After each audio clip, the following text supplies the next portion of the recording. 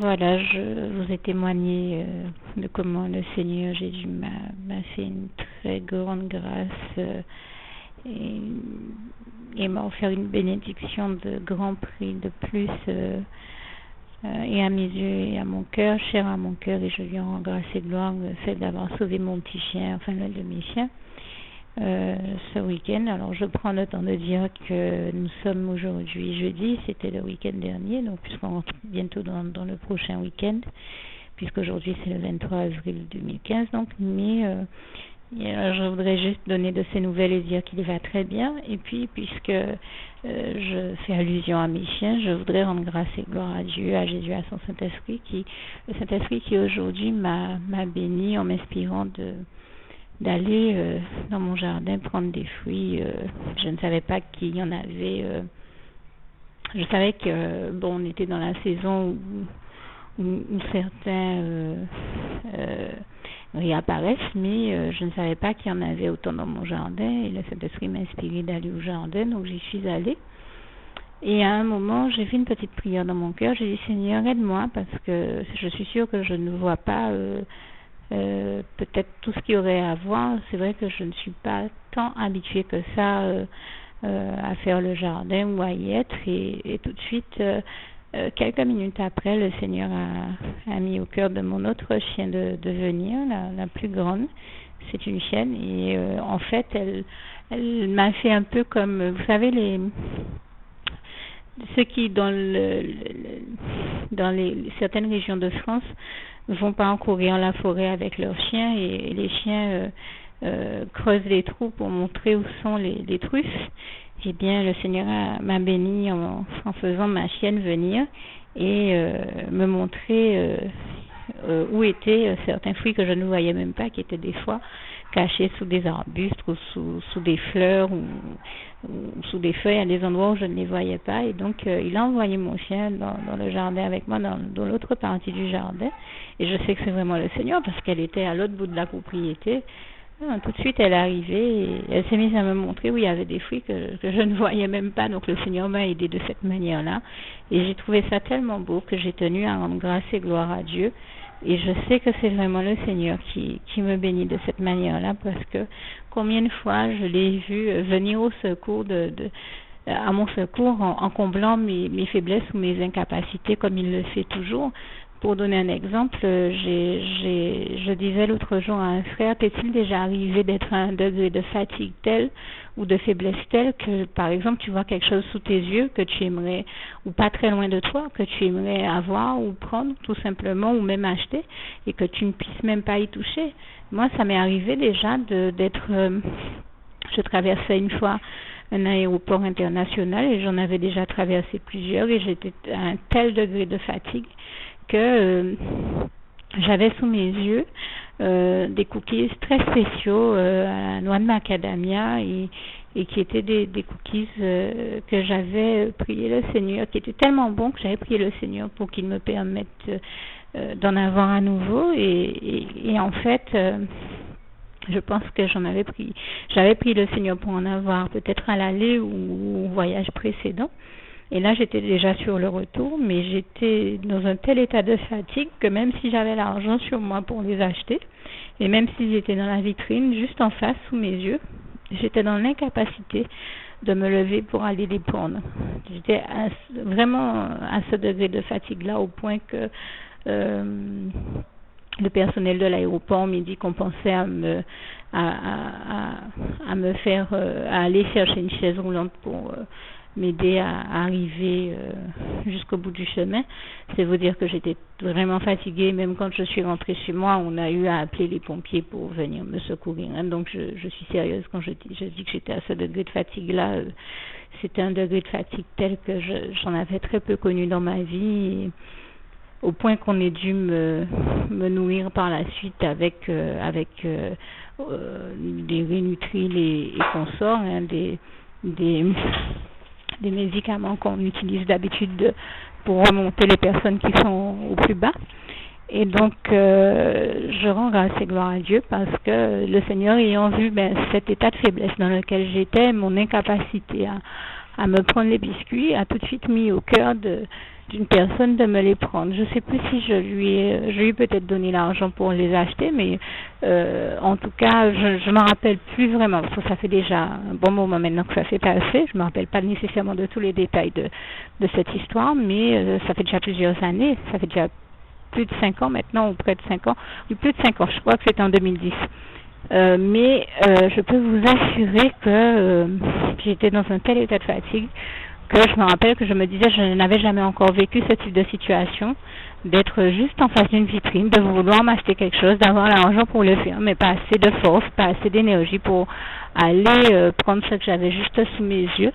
Et vraiment, jusqu'à maintenant, si ça m'a marqué, et si je n'oublie pas cette expérience-là, c'est bien parce que elle était réelle et sans précédent dans ma vie. Et donc je rends grâce et gloire à Dieu, à Jésus, à son Saint-Esprit qui est là et qui vient chaque fois au secours de nos incapacités ou de nos faiblesses. Et si j'en parle, c'est pour encourager tous ceux qui vivent le même type d'expérience à garder la foi en Dieu, en Jésus-Christ, en son Saint-Esprit, et à continuer à faire confiance à Dieu qui est celui qui vient toujours à notre secours, comme il est écrit dans le psaume 121, verset 1 à 2, « D'où me viendra le secours me vient de l'Éternel, qui vient toujours à notre secours et qui nous délivre de tout ce dont nous avons besoin de l'aide », comme il est écrit dans le psaume 34, verset 16 à 20. Que Dieu vous garde et vous bénisse tous. À bientôt. Alors, vous l'aurez compris, je suis dans un environnement où il y a du bruit, ce qui malheureusement et indépendamment de ma volonté m'a un peu obligée à arrêter le témoignage que je faisais bien plus brutalement que ce que je l'aurais souhaité. Moi qui n'aime pas la brutalité, ne suis jamais brutal. Donc merci par avance de votre compréhension et je crois que ce qui a d'essentiel à retenir dans mon propos, c'est que si vous traversez le même type de situation ou des situations évoquées par le propos que je tenais justement, merci de comprendre que Dieu est avec vous, qu'il ne vous abandonnera jamais et qu'il vous délivrera et viendra toujours à votre secours dans toutes les situations qui nécessitent qu'il en soit le cas et donc il est là que quand nous ne pouvons pas agir, lui il agit toujours pour nous et pour nous délivrer encore une fois de tout ce dont nous avons besoin de l'être.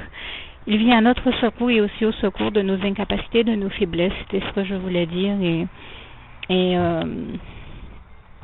quand il pallie en fait, il comble nos manquements, c'est ce que je veux dire. Quand nous avons des manquements, l'être humain étant imparfait, il en aura toujours, mais Dieu qui lui est parfait, eh bien, comble nos imperfections par sa perfection, il comble notre manque de force par sa force toute puissante et il est toujours là avec nous à faire pour nous tout ce que nous ne pouvons pas faire et je voulais lui rendre grâce et gloire par rapport à cela.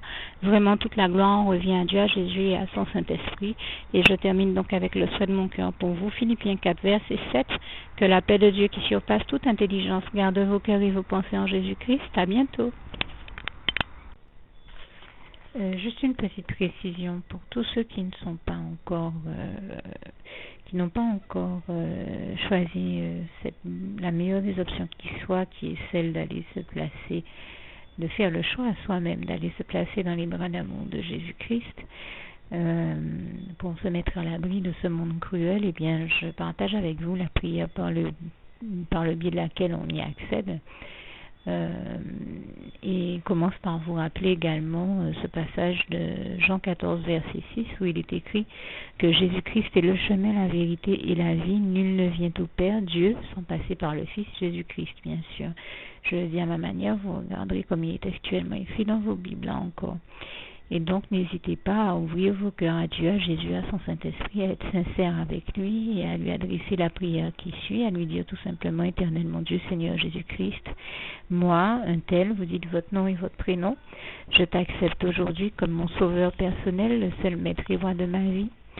Je remets toute ma vie entre tes mains puisqu'elle t'appartient, Éternel mon Dieu, puisque tu l'as créée, cette vie. Donc tu en es donc le seul maître et propriétaire comme de tout ce qui existe dans tout l'univers. Je remets donc toute ma vie entre tes mains, je te la donne. Merci, Éternel mon Dieu, aussi de permettre que cette vie que tu m'as donnée continue à être à ta gloire et que je continue à te servir, à t'appartenir pour l'éternité, d'éternité en éternité. Merci aussi, Seigneur, de faire que je continue Donc, à te servir et à t'appartenir pour l'éternité, d'éternité en éternité. Et aussi, Seigneur, de m'accorder la grâce de ton pardon et de ta miséricorde pour tous les péchés que j'ai commis tout au long de ma vie, jusqu'à la date d'aujourd'hui incluse. Et c'est au nom puissant du Seigneur Jésus-Christ que j'ai fait cette prière. Et à vous tous qui avez fait cette prière, je vous dis que Dieu vous bénisse abondamment, puissamment, richement. Et surtout, n'hésitez pas à la partager avec tous vos proches et contacts, amis, membres de vos familles, collègues, bien-aimés, tous ceux que vous aimez. Et surtout tous ceux à qui Dieu vous mettra à cœur, avec qui Dieu vous mettra à cœur de la partager. Et comme j'aime à le dire, si vous n'avez pas encore pris le temps de faire cette prière, comprenez bien que voilà, ça ne vous coûte rien de la faire, c'est gratuit, c'est indolore, et que voilà, vous n'êtes pas obligé de me croire, mais moi il m'est arrivé tout comme vous de devoir faire cette prière un jour dans ma vie, et quand on m'a proposé de la faire, je me suis dit, et si c'était vrai, et si c'était vraiment Dieu qui, par ce biais-là, m'appelait à lui et me demandait de lui donner ma vie, de l'accepter, c'était Jésus qui était en train de vraiment me tendre la main et qui était en train de me demander de l'accepter comme mon sauveur personnel, je ne pourrais pas passer à côté de l'occasion de lui dire oui, parce qu'il faut aussi que je reste ouvert ou ouverte à ce que Dieu peut avoir à me dire. Il faut que je garde mon cœur et mon intellect ouvert à ce que Dieu peut avoir à me dire. Donc je me suis dit, je ne peux pas courir le risque de passer à côté de mon éternité, de passer à côté des meilleures choses de la vie, surtout si le maître et créateur de la vie m'appelle et cherche à me sauver. Pour être sauvé, il faut bien que je lui dise oui, que je souhaite qu'il me sauve. Oui, Seigneur Jésus-Christ, je t'accepte comme mon sauveur personnel. Et c'est le sens de cette prière. Et comme je dis, elle ne nous coûte rien à faire. Et puis surtout, moi je vous dis, du jour où je l'ai faite, j'ai vu Jésus changer ma vie en mieux sur tous les plans. Et donc je crois que ça ne vous coûtera rien, ça ne vous coûte rien vous non plus de la faire et puis d'expérimenter, de regarder comment les choses vont se dérouler dans votre vie, de regarder Jésus changer votre vie en mieux, à vous aussi.